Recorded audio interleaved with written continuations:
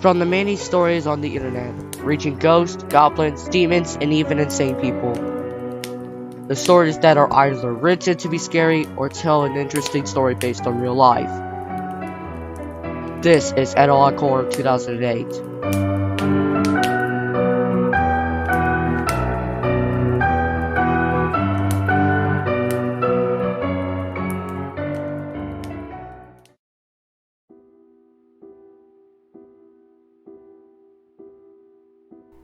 I should have done the best for my daughter Lily, but I didn't. What an awful father I am. I am a single father who lives in Birmingham, England. This incident occurred while my daughter Lily was turning 10 years old. The Powerpuff Girls, a cartoon on Cartoon Network, was a favorite of my daughter Lily. I was a young man of 28 when Lily was born. My girlfriend had broken up with me a week after she was born, and I had never told Lily that her mother had never intended for me to raise Lily. As a result, I was left to raise Lily alone. I worked online writing news articles, which meant I had hardly ever left the house. I also played the homemaker role for Lily by doing things like giving her gifts that her mother would have done. How I give her gifts for Christmas and her birthdays, which is how this incident occurred. As I watched her play, a smile used to spread over my face. I also recall how she would dash about the kitchen, arms outstretched, imitating the sound of the wind. I was aware of the show's level of violence, but I knew my sweetheart knew better and not to let it influence her on her behavior. Again, I want to be a good parent and make sure that she's looking up to the appropriate people or things. Not long before her birthday, I really wanted to give her something special, something unexpected that she wouldn't soon forget. So I looked up the show on Amazon.com and eBay to satisfy my curiosity. The search engine's findings were promising. There was a wonderful trove of kid-friendly items, but the majority of them were soft toys and pricey collectibles. Honestly, she has plenty of those. Then I stumbled upon a picture of a DVD case. Half of Bubbles' head could be seen poking out from the bottom of the case, with her eyes fixed on the outside, with this cool lava lamp effect. Along with the classic Powerpuff Girls logo in pink and black, swerving strong wording at the top with some Japanese language that I just couldn't make out.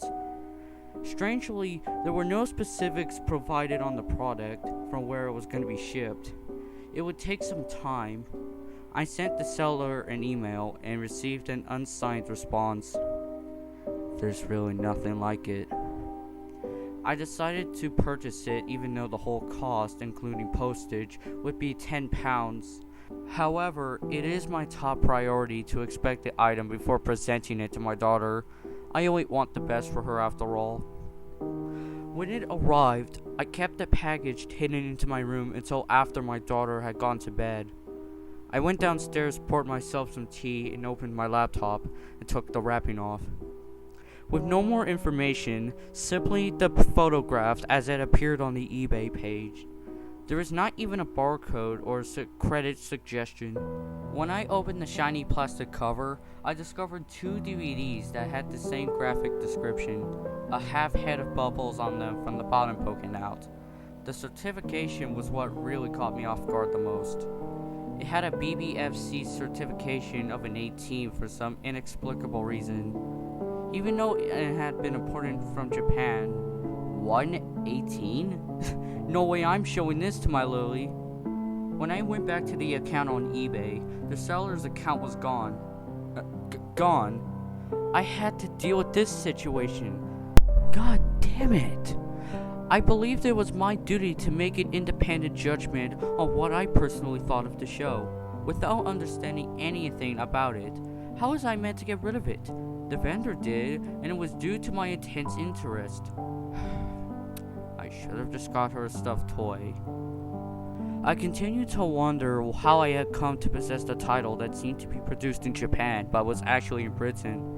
There would obviously be more copies accessible if Britain certified it, wouldn't there? I came to the conclusion that it was a unique product and that there was only one copy, and then it was possibly sent to Japan as a kind of unique present to whoever, possibly the vendor itself. I inserted the first disc into my laptop, just simply titled Episode. I connected the headphones and observed its setup. I chose Episode on the start screen that appeared, which was simply black with white writing. A brief period of white flashed over the screen. Although I was certain I had seen something in that one white frame, I dismissed it as maybe being an error of some sort. None of the regular episodes featured an introduction. It all began with the professor, I can't quite recall his name, staring outside of his front yard at the stars. I checked my volume after noticing that it was completely silent, but it was at a significant volume. There was no desire on my part to raise it. He appeared to be completely cut off from his surroundings as he gazed up at the moon that was still hanging there. He entered the home after that, and he settled into a chair in front of his warm chimney. Focusing on him, everything about him was completely in the dark. A frame of an image of Bubbles flashed due to some subtle error, with a deep red ring around her pupils. She seemed very furious. The other day, Lily had witnessed the scene on an episode where they had cornered her sister Blossom. I had no idea what the plot of the episode was, but the way the gray forms crept closer gave me the creeps. It was just that way. When the camera panned back to the flicker of the fire to reveal the professor sitting all alone in the dark in his chair, he was shown to be inconsolable. The way the animation zoomed in on his labored breathing seemed a little spectacular. His skin tone was almost real color. You could see the lights fluttering and the wave of the darkness encircling his face. He was huddling to himself and leaning in, looking utterly horrified. I could only make out his breathing over the headphones. What was happening? The loud creak of the door slowly opened by my side of the living room shocked me. I hoped not to be Lily for fear to giving it away from her. But if it was appropriate, that was why I was watching it in the first place. I had absolutely no desire to cover this for any certain situation. I swore under my breath as I felt the draft and let out a small sigh of relief. Why had I gone off to turn off the lights? I was quite reluctant to move. Utonium turned to glance up at the stairs while gasping and hearing the creak of the girl's bedroom door as I resumed my viewing. I made an effort to laugh a little as I realized how similar the two events were. I knew I had to relax.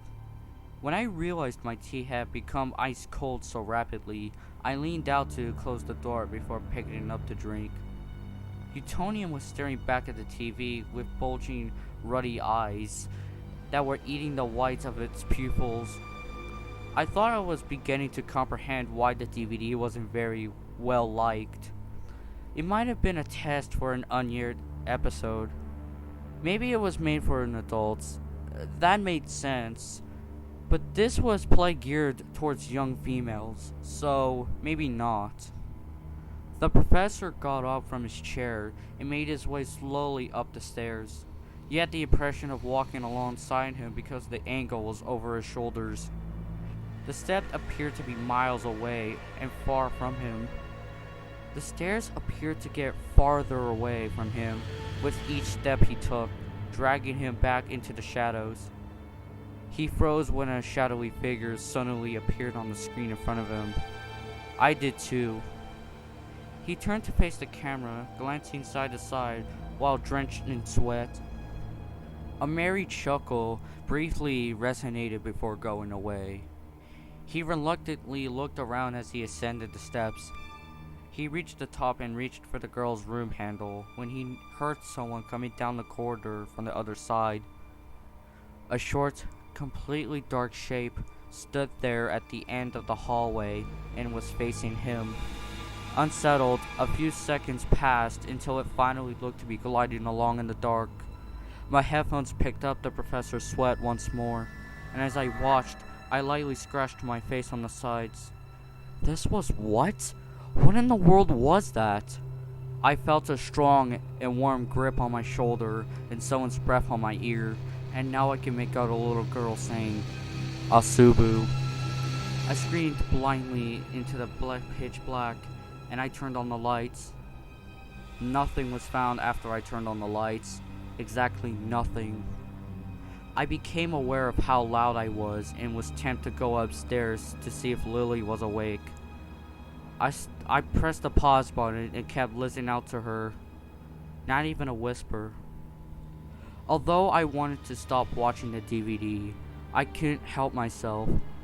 It's possible that this is a version made for adults. If so, maybe someday when Lily is old enough, but not right now. What are you saying exactly? You cannot give this to your daughter! When I hit play, I saw that the shadowy figure was barely a few inches away from Utonium. It had a round, gray face with no eyes, and it stared up at him. Slowly opening its mouth, it took a deep breath. While doing so, its high-pitched dropped into a protracted deep drone, reaching a tone I don't believe any voice or instrument will ever be able to produce. The screen gradually bent and twisted onto itself, and abruptly raised its pitch to a siren-like level. After a brief period of white noise, the figure briefly disappeared from view before returning into a predetermined regular format. In a panic, Utonium peered around him to check if it had moved. What happened to it? Had he lost sight of reality? Was he hallucinating? Was it all in my head? He turned to face the camera, which was slowly a close-up of the creature's screaming face on the screen. I jumped to reduce the sound because I was afraid. There was only one more frame. The DVD was halted after I rewound it. It showed her sisters standing next to each other in gray, their pajamas torn as if they were rotting or decomposing, with this edgy smiles carved on their face. Utonium burst into the girl's room and discovered the two peacefully dozing. He was used to seeing Buttercup and Blossom, but not Bubbles at this point. As he approached the edge of the bed, and he observed them sleeping, he got down onto his knees. He stroked Buttercup's hair while grinning. Once again standing, he turned to the window side end of the bed, where the blonde darling should have been sleeping. As the professor left the room and turned off the lights, slowly emerging from the end of was the same gray figure with giggling darkened eyes and torn lips. She lunged towards the girls before the screen abruptly went black, cutting out all sounds, and the word episode reappeared. It was completed. Before I rejected it, I sat there in stunned silence for a few moments. I simply put, I had no idea what to do. Can I use it for anything? The other DVD remained to be watched. None at all. I didn't want to run the risk of this being discovered by an unintentional person. I inserted the DVD while shuddering in response to Bubbles glared on the DVD cover. Its name was Real. This one did begin with an actual intro, and the theme played, and my heart settled a little. Real was the title once more announced, but there were no credits. Another black screen card with Japanese letters, and the name Asubu in brackets then showed. Before the screen darkened once more, loud static and a variety of industrial sounding echoes, as though recording in the factory, appeared. His lab included uranium, and it appeared while he was working on a new creation. The girls came out from behind him and watched him as he poured the entire contents of the chemical X into the mixture, his face taking on a severe, determined expression. The pot grumbled and smoke ascended from the concoction while the girls, terrified, kept their distance. Before Bubbles flew over to the murky mixture of filth in the pot, Utonium stood back, startled. She breathed the smoke as it curled and swirled on her face, entering her lips, and reached her neck. She started to twitch as she remained frozen in puzzlement. I jumped when the living room's lights went out. I paused the DVD and took a quick look around. I had to confirm. At her twitches, there flickered a number of strange frames that were, oh my, completely unlike anything I've ever seen. Most of the pictures were accurate representations of the bad guys that, for all I know, the females occasionally faced off against on the show. Some appeared to be dead, insane, or deformed. There is simply nothing else like it. After a brief period of silence and static, Bubbles' crimson eyes and gray skin color flickered back onto the screen as she continued to stare at it. Once more, the soundtrack started in reverse. She emerged from the ceiling in a flash. Instead of following her, the girls just glared at the hole that she had caused in the ceiling. I'll never forget this, I promise. The next picture showed their teacher sitting at a desk in the classroom. She gave Bubbles a bare-teeth sneer as she turned to face the entrance that Bubbles had used to answer. She launched herself at the television and screamed loudly, surprising me once again. Before static showed and changed to real life, it was difficult to distinguish. As the movie played, many rippling lines climbed the screen. The video displayed a man while walking towards the person holding a camera while wearing a suit. It was occasionally jolted and handheld. The entire exchange took place in Japan, and the man's smile was uncharacteristically broad and extended out. His eyes, which were fixed on the camera, showed it hate and hunger. The surroundings suggested that it was an airport. I scowled a little in perplexity. It briefly went to static before returning with a clear picture and clear audio of a young child holding the exact same DVD I had. While the girl stood up and proudly held that rare specimen in her hands, the Bubbles picture continued to gaze at me. She pointed out Bubbles and chirped in the same language as she stood in front of the camera. Once more, there was a deafening static. All of the feeling tore at me. I saw that I was clinging onto the chair's fabric. Fluent Japanese was being spoken quickly in a panicky tone as the camera stopped shaking and moving and concentrated on the classroom of kids in Japan. Crying and wailing as they were hidden in the corner of the room out of despair and dread lingering in the overall sound and experience. Particularly when I heard the cameraman sob, my heart was thumping like a jackhammer. He was shaking. At the opposite end of the space, a small individual was standing shrouded in a gray robe and hidden from view, before a splash of red touched the lance. The cameraman cried out to someone. The camera swung back and forth along the hallway, showing the father running and the kids trailing behind him, with piercing shoutings as he sobbed loudly, and he experienced his sadness. The children shouted and the focus vanished, before static took over and the cartoon returned to the screen. More blood splattered on the lance, and I came to the realization, after I observed it, the person who was filming it on camera, he briefly fixed his recording device near the creature's position in the mirror. His death was his, whom I purchased the DVD from. I recognized him from his profile picture. Oh God, I was simply in awe. I hadn't merely been a scattering in unrelated real-life scenes. It was an alert. Once more, there was silence as the camera rolled away from a mass of people and fixed on Bubbles' lightless, mangled body. Blossom was hunched over and soberly observed his sister's body. Utonium was crying and Buttercup was by his side, soothing him. Black began to consume the screen, devouring it completely.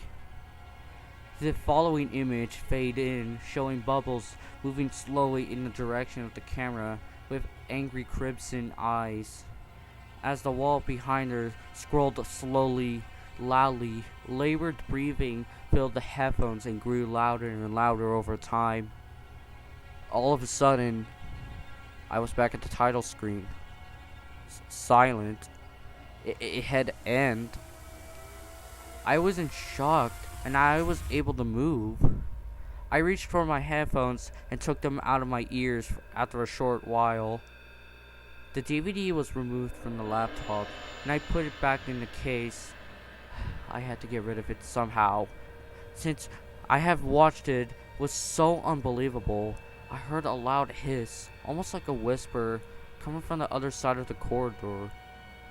As I walked up to my room, after turning out the lights, I felt shivers.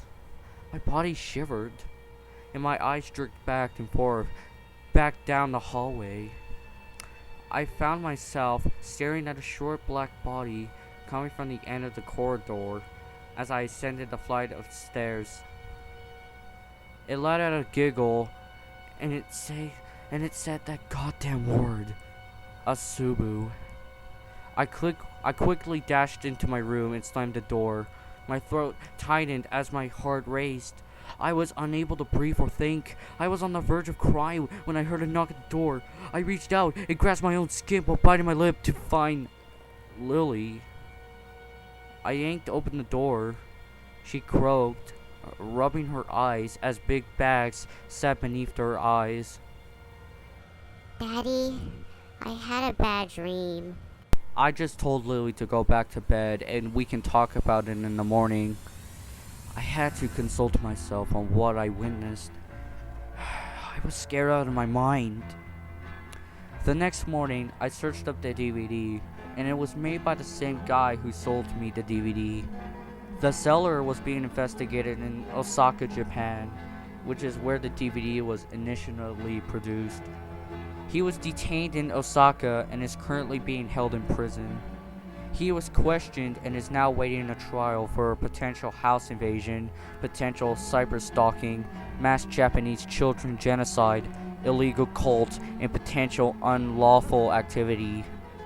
Apparently, I wasn't the only one, as the reporter said that many parents were scared from this. It was to spread the word about the Akuryo cult he held when he made that DVD. I'll remember this for the rest of my life. I kept remembering the words Asubu in my mind since then. I decided to research it and translate it to English. I don't want to tell you what it means.